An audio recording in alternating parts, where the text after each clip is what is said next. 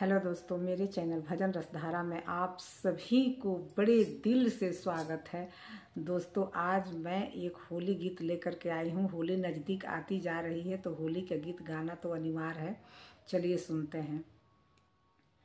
अइले अइले परदेसिया खेलन होली, अइले अइले परदेसी खेलन होली, खेलन होरी हो खेलन होली, अइले अइले परदेसी खेलन होली।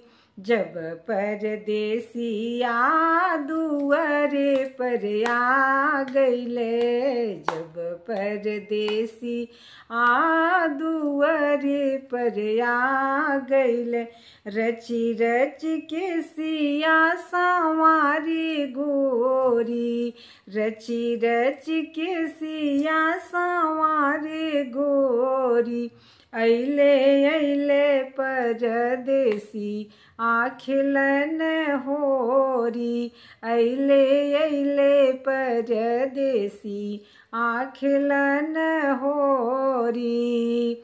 जब परदेसी आंगन में आ गइले, जब परदेसी आंगन में आ गइले, छम छम पयलिया बजावे गोरी, छम छम पयलिया बजावे गोरी, अइले अइले परदेसी खेलन होरी, अइले अइले परदेसी खेलन होरी।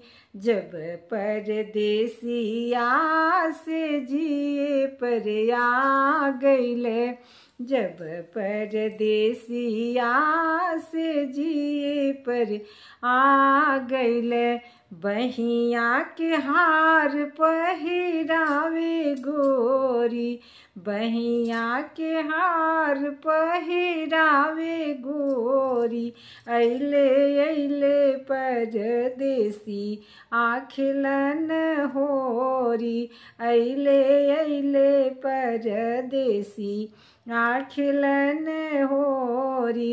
जब परदेसिया रंग लगावे, रंग लगावे गुलाल लगावे, जब परदेसिया रंग लगावे, रंग लगावे गुलाल लगावे, अचरास दियरा बुझावे गोरी, अचरास दियरा बुझावे गोरी, अइले अइले परदेसी खेलन होरी, अइले अइले परदेसी खेलन होरी, खेलन होरी।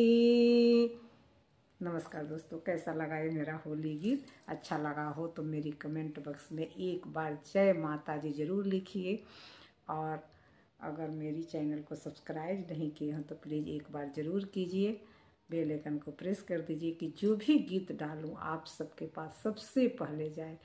तब तक के लिए नमस्कार, फिर मिलती हूँ कोई अच्छे से अच्छे गीत के साथ।